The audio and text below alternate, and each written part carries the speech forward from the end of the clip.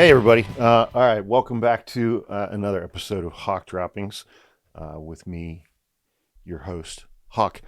Sorry, I was just noticing that my microphone is getting a little loose again. It has this thing that has to be adjusted every now and then, but that doesn't concern you guys. All right, so I had put up a couple TikToks over the last couple of days over the weekend. Today is Monday, October 7th, and it's about 9 p.m.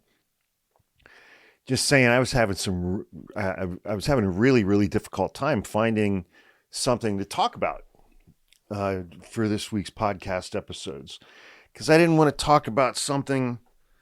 I mean, the last several episodes I've done have been really challenging. They've been kind of dark, but they've been about very necessary topics, I think. But it's been a lot. I mean, it's been pretty draining on like kind of an emotional level. And I was trying to find something to talk about that wouldn't be that, I guess. And so I said to you guys, let me know in the comments what you guys think I should talk about. And I did that in a video that I put up here on our podcast page on Patreon, and I got over 100 comments. So we're just going to start going through some of these comments and seeing what y'all had to say and what y'all want to talk about.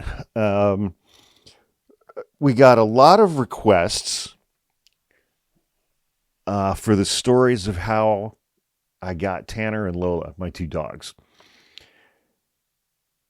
Lola is 5.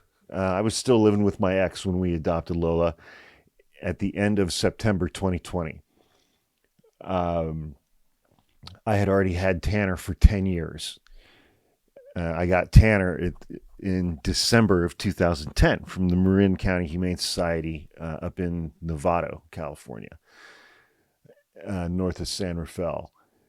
With Tanner, December 2010, I had gone there with the intention of getting like a dog, an actual dog.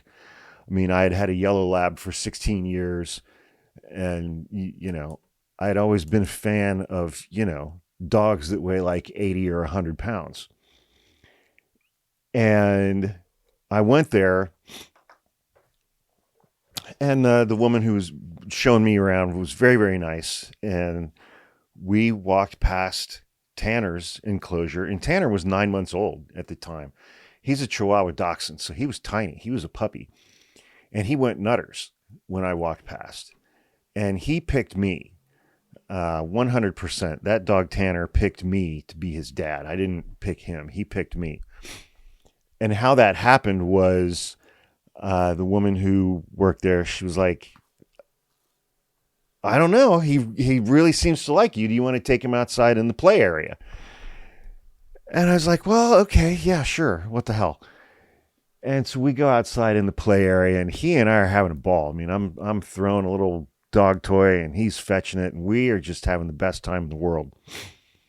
And the woman who works there, she comes out, and she's like, we may have a slight problem. Somebody reserved Tanner online. They reserved him on the website, and they're here now. And I was like, oh, okay. And by that time, I knew Tanner was my guy, and I think Tanner knew that I was his guy. I mean, we were bonded at that point. And this woman comes walking back, who looked straight out of an episode of the Real Housewives of Beverly Hills. And there are some very affluent areas around here in Marin County. And she was very snotty, and, she was like, I believe you have my dog. And I was like, and I had thrown the thing for him, and he was on the other side of the area where we were playing. And I was like, well, his name's Tanner. Call him. And so she's like, Tanner. And he's looking at her and looking at me from, 20, 25 feet away, and looking at her and looking at me. And he took off in a full sprint and launched up into the air and landed square in my lap. And the woman who works there looked at the woman who wanted Tanner, was like, yeah, I think you're going to have to I think you're going to have to pick a new dog there. I should have said at the beginning. Anyway, that came from Potcake Mom, username Potcake Mom. Thank you for that question. And with Lola, by 2020, let's see, I'd been living with my ex for 6 years, which means that Tanner had been living with her for 6 years. I had him for about 4 years when we moved in with her over by Golden Gate Park. And so she kind of wanted her own dog. And so we talked about it and we agreed we were going to adopt Lola.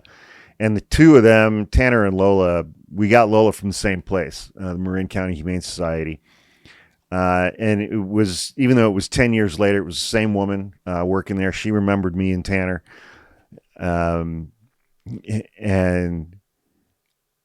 So we took Tanner up to meet Lola. The two of them bonded immediately. We brought her home, and the two of them have just been inseparable ever since. So we got lucky with those. We got lucky with those. Kelly made a comment about the hurricane affected areas. Boy, with Hurricane Helene that came through a little over a week ago, Florida, Georgia, North Carolina, Tennessee, just the amount of damage that it's done. And now Florida is about to get completely wiped out by Hurricane Milton in less than 48 hours. Excuse me, I apologize. I yawned. I guess I should. Wow, my eyes look really red. My allergies have been going nuts. It's been well over 100 degrees here for the last few days in Marin County, which has been miserable. And my allergies have been going absolutely haywire. I'm waiting for a Claritin to kick in right now, but it's dragging. I'm gravely concerned about people in Florida with this second hurricane coming, because it's already a Cat 5. It's got 185 mile an hour sustained winds. And Kelly is asking if I know of any reputable charities to donate to in the area, and I don't, but I will check with some of my peeps in Florida and see what I can find out. Joseph Grijalva wants to know mine and Falcon's childhood shenanigans greatest hits. Oh boy, what stories? A lot of the stories involve automobile collisions. I think I totaled 3 cars before I turned 18. He totaled at least 1 or 2. And then we were both each in some other motor vehicle collisions as well. I mean, we lived out in the country, man. We all used to just total our cars. That's just what we did. In fact, I think Falcon, he totaled one that Mom had was going to buy from a friend of hers. And so she brought it home for the weekend so that we could test drive it. It got totaled and Mom hadn't even paid for it yet. But he and I both, I exceeded him in that regard. I was a much worse driver than he was. I had absolutely no business having a driver's license when I was a kid. The first accident that I had, so I got my license when I was 16. 6 months later, I fell asleep while I was driving to school one morning, and I rear-ended a car that was stopped behind a school bus that had stopped, and that school bus was full of people that I knew from school. So they're like, oh my God. Hey, who is that rolling backwards into that ditch? Oh, we know that guy. And I'd had a couple of, I'd had a couple other tickets for something. I don't remember what for, but so it's like I had my license for 6 months. It got suspended for 6 months. It was either 6 months or a year. I can't remember which. And then I got my license back And then I totaled 2 more cars, and then my license was revoked until I was 18, which meant that when I turned 18, I had to take driver's ed again. But I totaled at least 3 cars. I mean, I'm trying to think which ones I totaled. There was a Toyota Celica. I totaled a Monte Carlo. I wrecked a Ford Escort. And we had a Chevy Impala. I'm trying to remember if I wrecked the Impala. Falcon had this little like Ford 3-cylinder something. I don't remember what it was. And he was drag racing a buddy of his who had a Volkswagen Beetle. And then they bumped, and Falcon had 2 of his buddies in the car with him. He went off into a cornfield, and that car started flipping end over end. But we had no business driving motor vehicles when we were kids. Wow. I mean, it was constant. It was constant stuff like that. We were constantly getting in trouble at school. And Stacy A asked a question about more shenanigans when we were kids. So I'll tell you another story about me. My junior year, this was before I lost my driver's license. I was going to a school that I was driving to every day.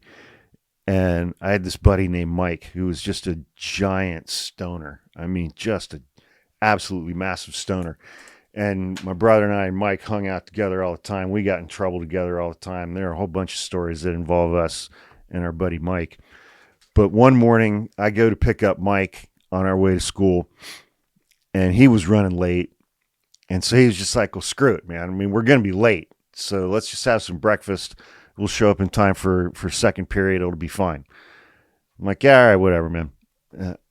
So we go walking in towards the end of first period. You know, we're like 35 minutes late or something. And we had this vice principal who was Mormon. And it's like you go in this guy's office, and he had this like 3 foot by 5 foot, massive color image of the Mormon tabernacle in Utah. And it was like surrounded by photos of all of his kids. He had a whole bunch of kids, but very, very Mormon, which back then, like the early 80s in Ohio, it's like, I didn't even know what that was. I had no idea what Mormonism even was.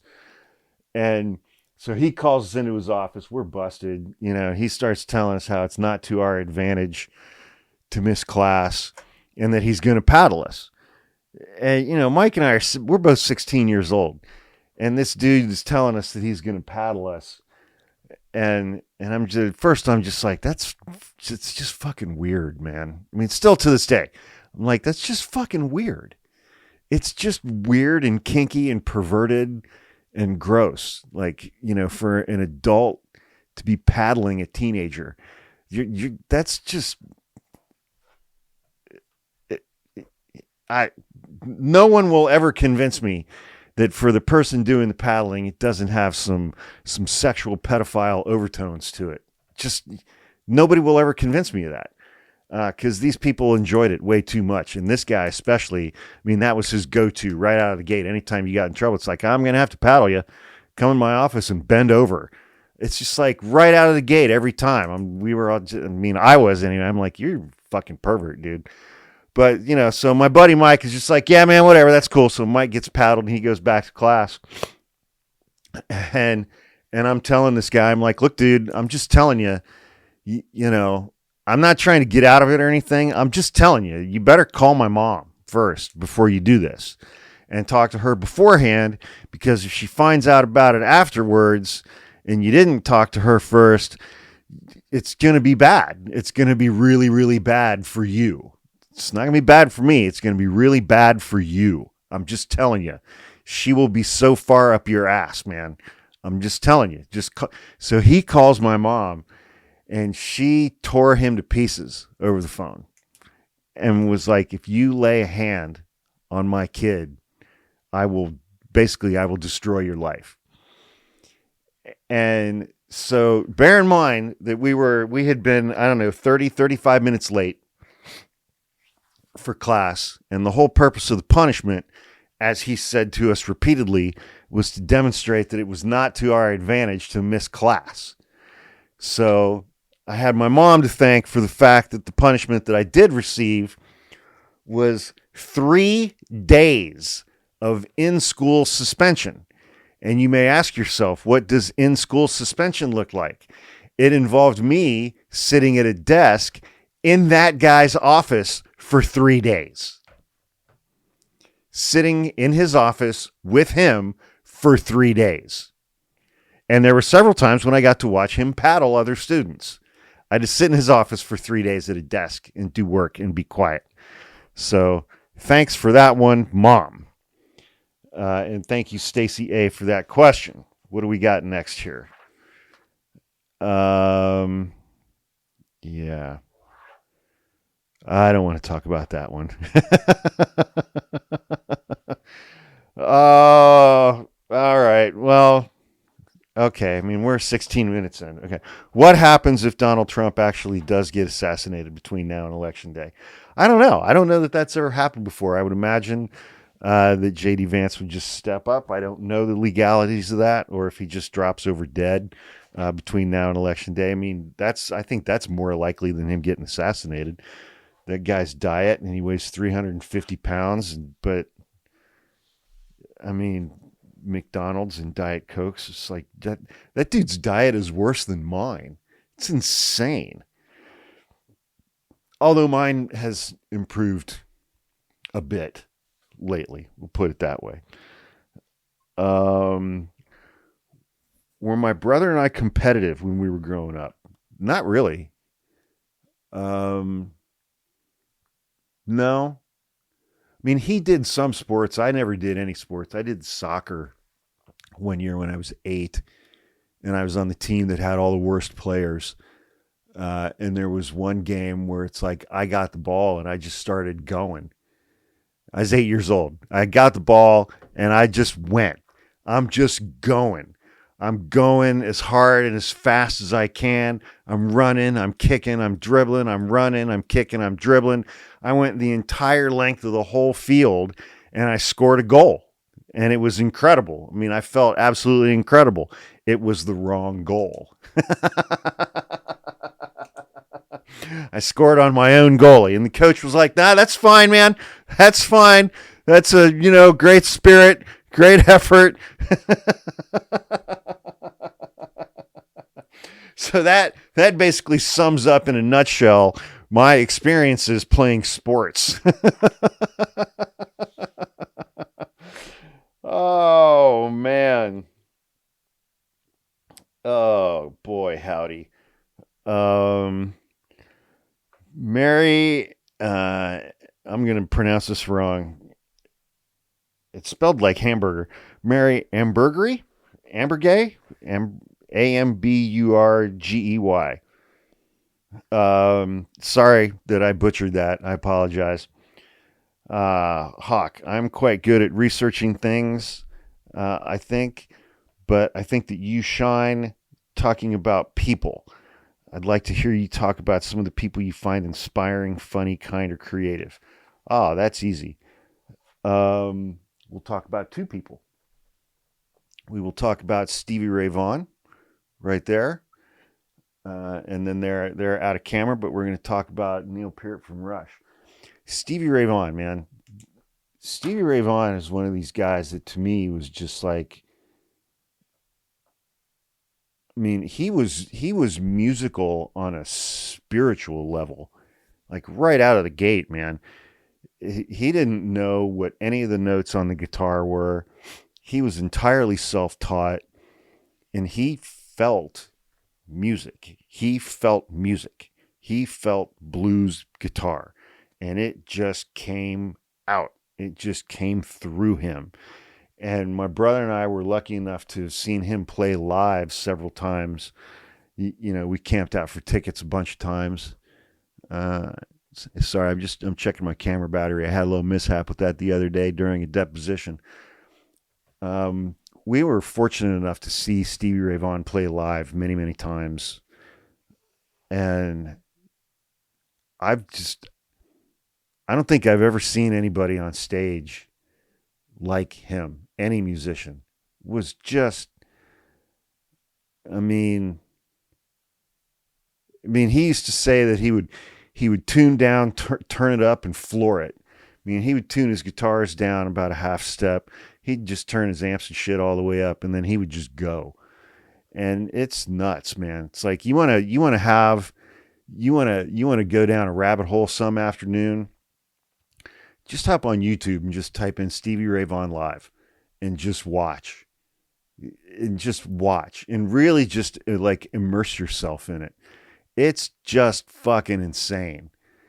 Because for him, it was purely about just feeling whatever the music was in that moment, and just opening to whatever it was that was passing through him into his fingers and into his guitar. It was just insane, man.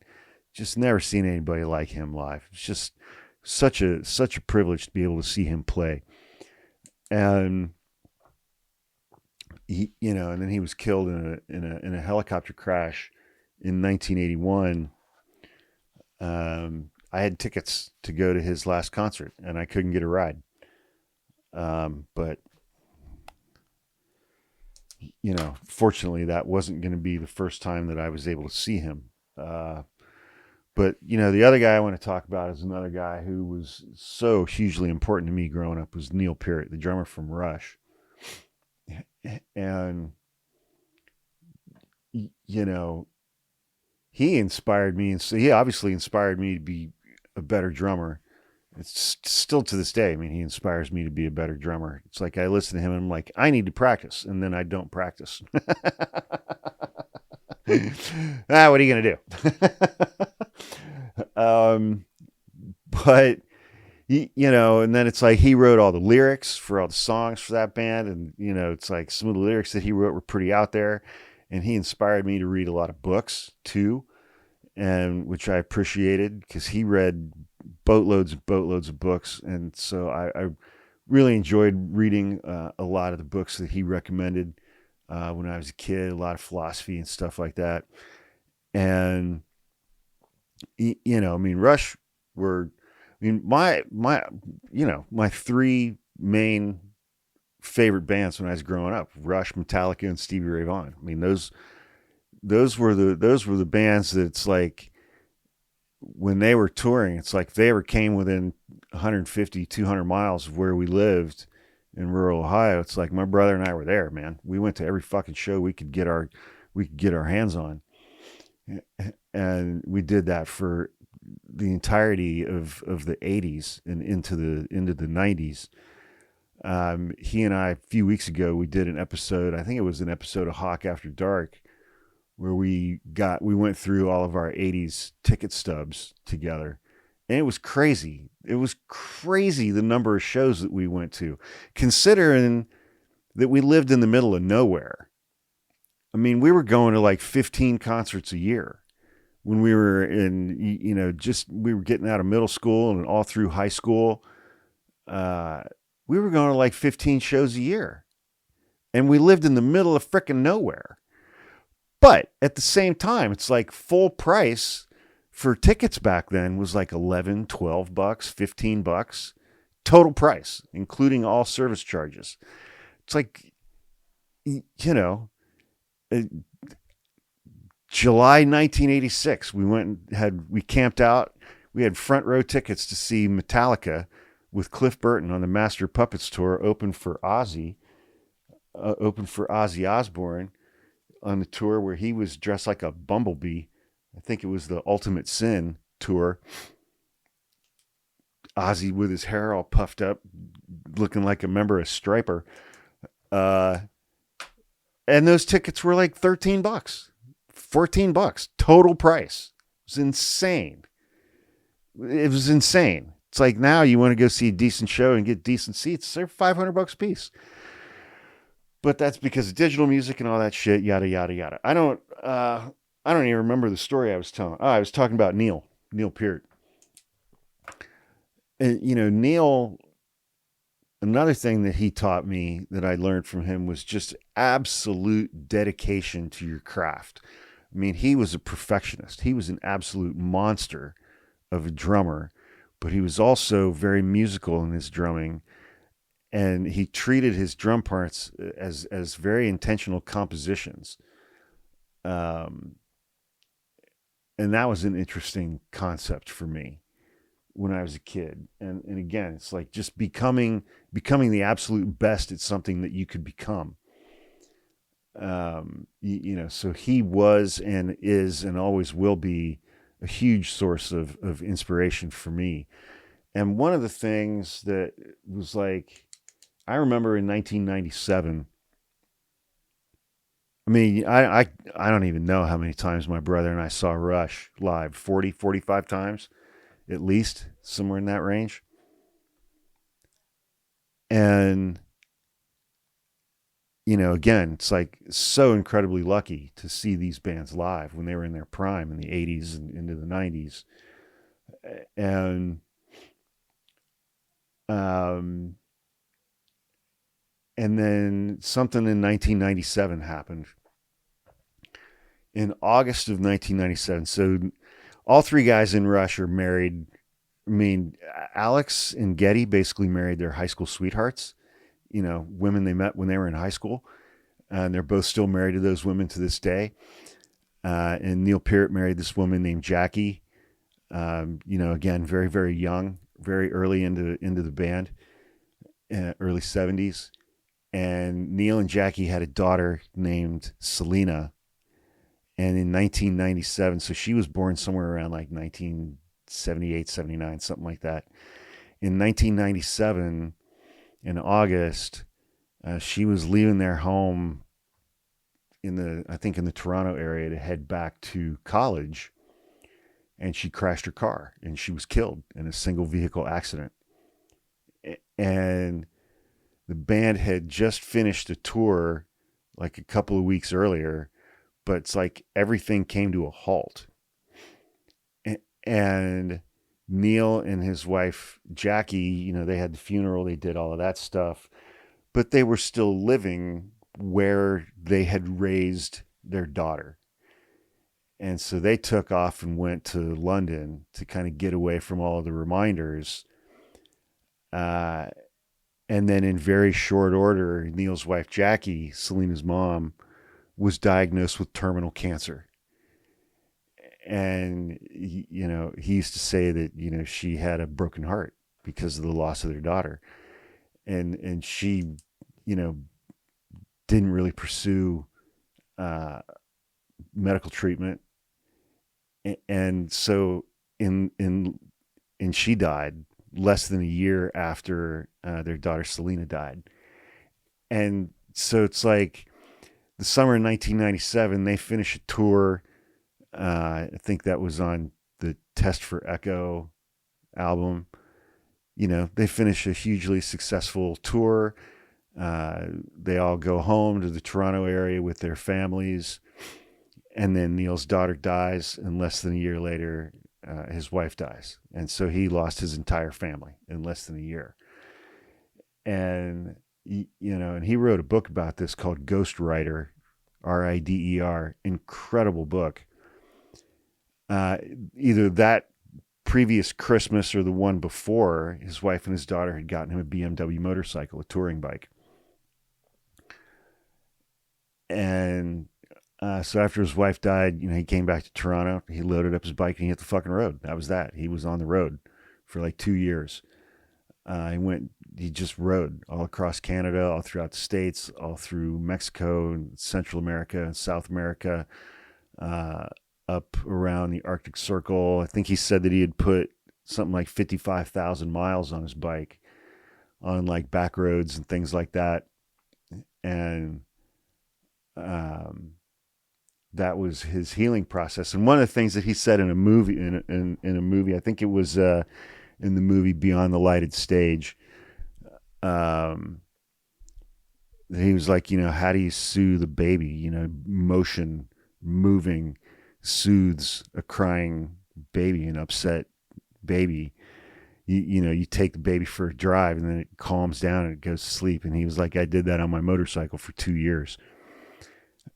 and that was his healing process and his grieving process. And it's like, so that was 97.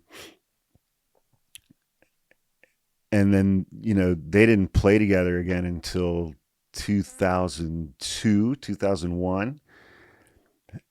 And then they came back together, and they did, I think the next album they did was Vapor Trails. And, of course, first song's just got this monster drum intro to it. And, by that point, Neil had gotten remarried. He married a woman who was a photographer in Los Angeles, and he moved to Los Angeles, to Santa Monica. Her name was Carrie Nuttall, I think, Nuttall. And then, because he had, I know he had to get out of the Toronto area and away from all that shit. So he moves, to Southern California, to Santa Monica. Crazy, just bonkers. And so the band gets back at it. They get back into the cycle of, albums and touring and all of those things.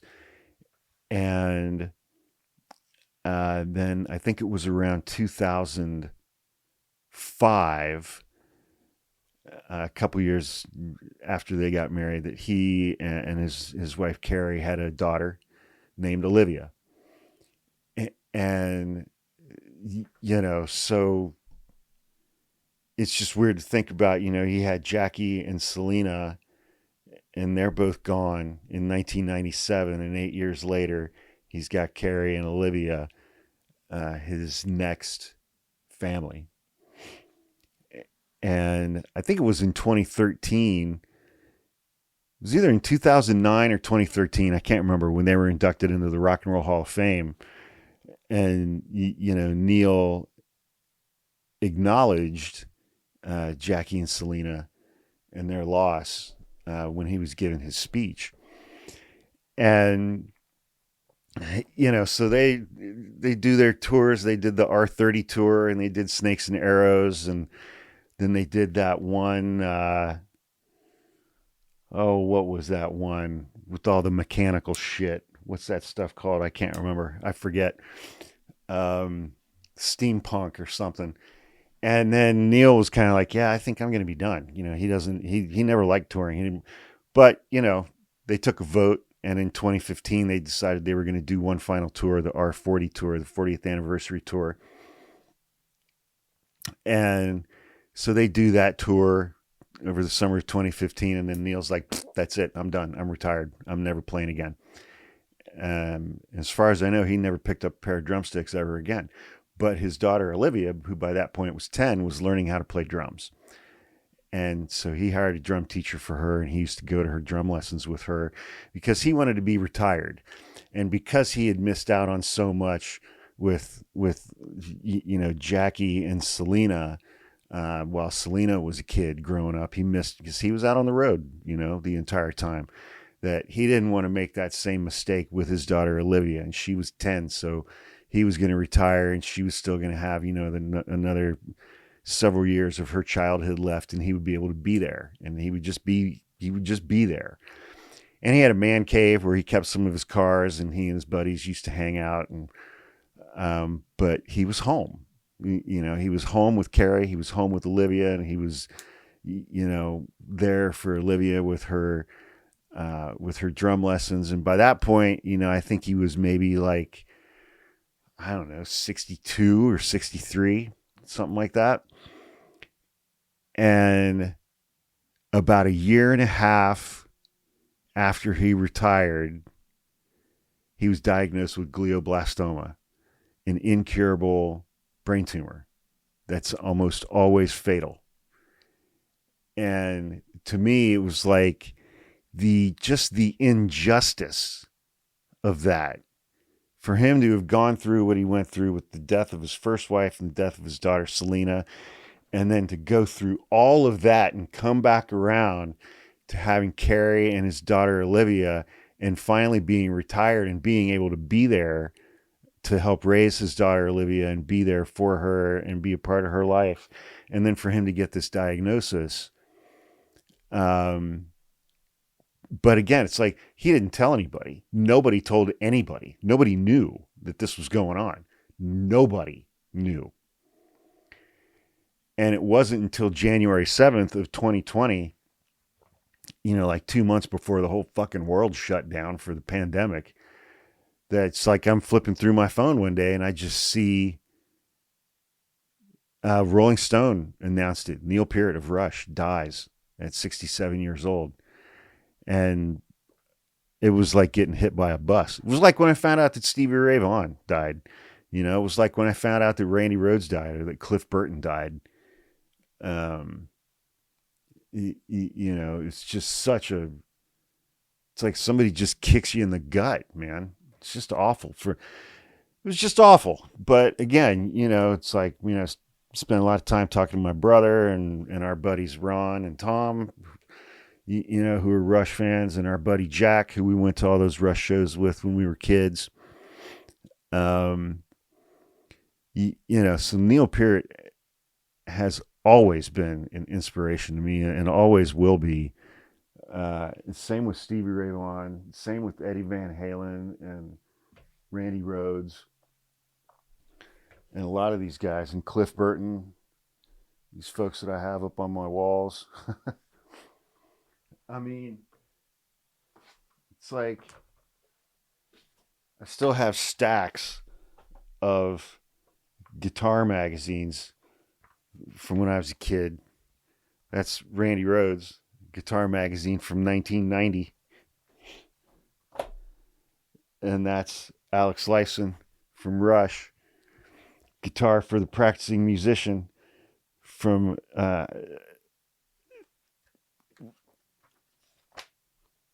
July of 1984. Holy crap. So I was 16.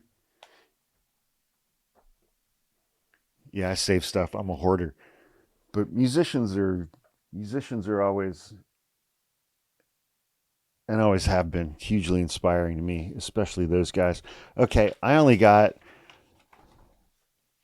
didn't think I was going to have enough questions to fill out an entire episode here. I'm just now getting to page 3. Okay, so I'll guess lawyer stories from Lemon Squeegee. Well, we're going to have to set that one aside. So many.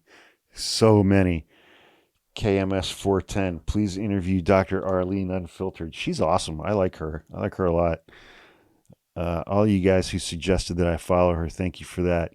Jennifer and Josh Dobson. How about your views, thoughts, and ideas around UFOs? Something different. I'm in Washington State, so UFOs and Bigfoot are my jam. How amazing would it be if Bigfoot was real? Can you even imagine? I'm pretty sure that UFOs are real. All the stuff we've been seeing coming out of the government recently, over the last couple of years, which I think they're doing purely to distract us from other things. But I think I think we can say at this point that UFOs are real. But how cool would that be if Bigfoot was real? Holy crap. That would be amazing.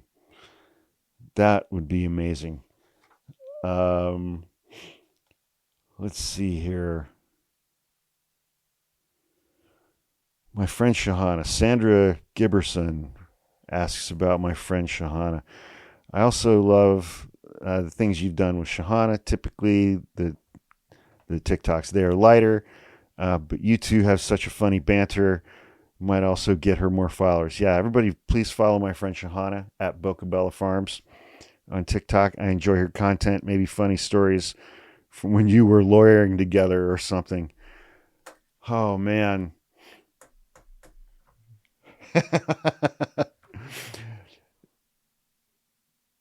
It was so funny. She got hired at the firm where I was working, and I hadn't been working there for very long. And that firm was chaotic. It was very chaotic. And she came from this very quiet, very calm, very buttoned down kind of firm that was just down the street, I think, from where we were working. So this would have been like middle of 2003, maybe?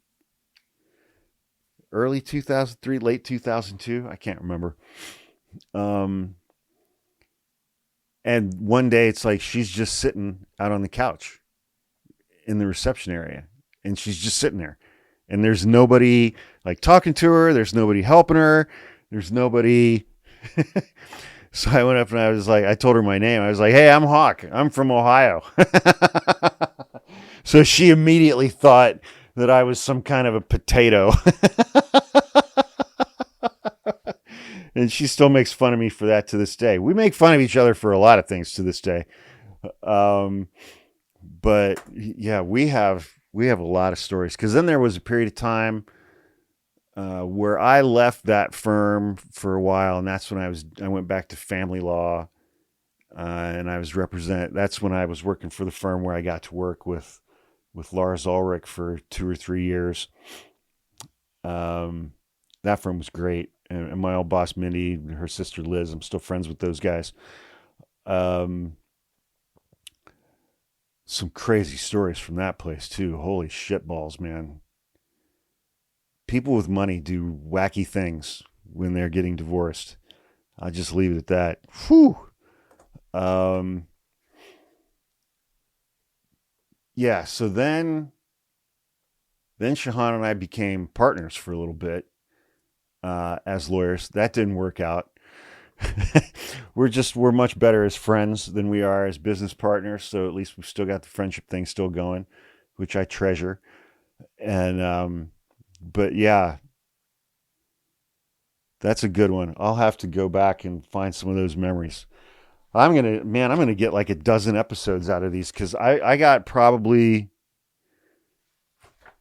so I put a video up on TikTok. I put a video up on Patreon. I put a video up on YouTube and said, let me know what you want me to talk about in the comments. And I've got at least 500 or 600 comments on those videos. So I'll probably get a few episodes out of these. Okay. So we're coming up towards the end of this episode here in a couple of minutes. It is October 7th. Election day is 4 weeks from tomorrow. 28 days from tomorrow. Please, please, please check your voter registration at vote.org and make sure all of that stuff is squared away, and make sure that you know how you are going to vote. Whether you're doing it by mail, whether you're doing it in person, and make sure that everybody you know does those same things, that they're registered to vote and that they have a plan in place to vote. Obviously, it's going to be an important election day. 4 more weeks until election day. I would imagine it's going to be another week after that before they call this election. Although, I've got a lot of friends who are like, this thing's going to break heavy in Kamala's direction, and it's not even going to be close. I hope they're right. A lot of my friends who are saying that are women, and they're like, you don't understand what women are about to do in this election. And I really hope that's true. Nothing would make me happier. But yeah, Jesus, man, the stress from the last year and a half and the anxiety and all of that stuff. I mean, it's taken a toll. It's taken a toll on me. Anyway, take care of your mental health. We got 4 more weeks to go. I'll do some more funny stories tomorrow. And maybe we'll just try to laugh this week. What the hell, on the podcast episodes. So thanks again, everybody who subscribes to our podcast page. If you're hearing the audio for this one, please check out the other subscription tiers that we have. We put out 4 or 5 podcast episodes each week, typically 5. And they're all different, but they're all going to be pretty similar this week, except for Coffee with Hawk. I'll do the 2 news update ones, but I'm really enjoying these questions and comments that I got from you guys. And I'm looking forward to responding to some more of these. It's been enjoyable for me. It's been a little lighter, I think. Not so freaking heavy. But anyway, it's Monday night. I hope everybody has an amazing and safe week. Thanks again for subscribing, and I will see you all again soon. Take care. Be safe.